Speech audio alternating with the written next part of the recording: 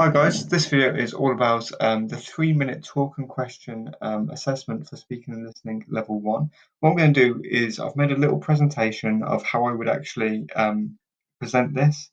I'm going to show you and just see what you think. This is what I would think would actually pass. I've made a little presentation so that if I was standing in front of people, I'd have something to refer to. So if you do want to kind of get an idea of what the kind of presentation looks like, have a look at this. Okay, so my topic is starting a YouTube channel. Okay. So why I decided to start a channel? Okay, so I had to change careers, and this way I still get to teach. So that way, all those years I spent teaching, um, it doesn't go to waste. I get to kind of impart all the knowledge that I had. I still get to kind of indulge in my passion of teaching as well, and talking about English, which is really, really good. Another thing is it gives me unlimited earning potential. Now, we've all seen on YouTube these people making, you know, millions of pounds by, doing really, really well on YouTube. And, you look at it and you think, well, why not me? It doesn't matter if I become a millionaire on this. Of course, I obviously won't.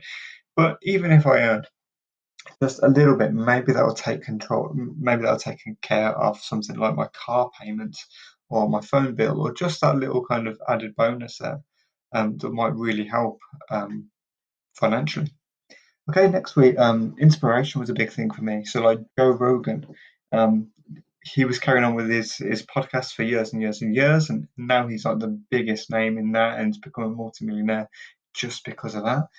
Next is side hustles. Okay, so nowadays it's very, very common for people to have side hustles, and this one's quite enjoyable. I've got to be honest. It's also passive income. So if I make a good video, a really good video, then it's going to keep earning me money for years and years to come, and I quite like that about YouTube.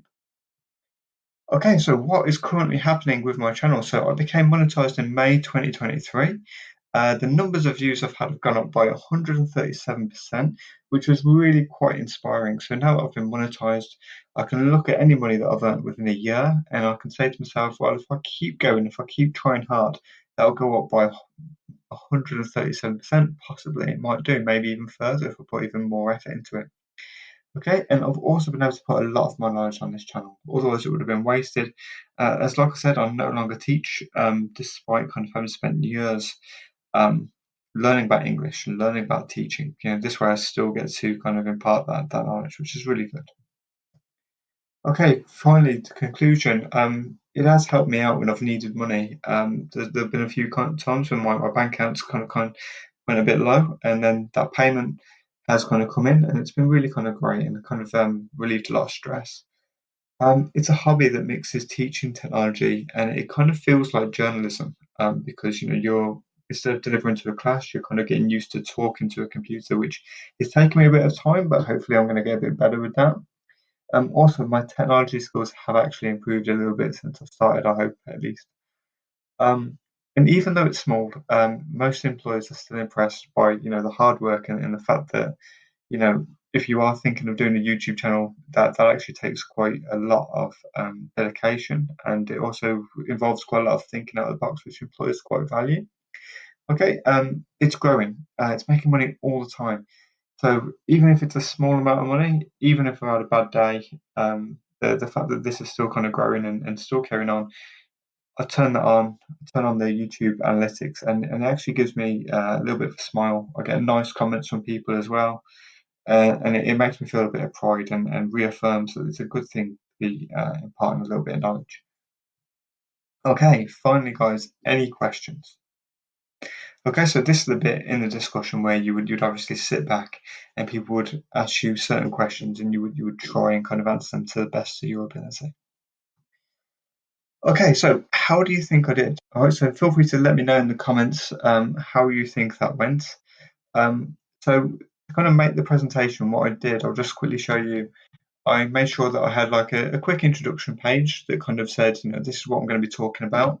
Then I wanted to kind of start chronologically or logically, as logically as possible. So why did I start?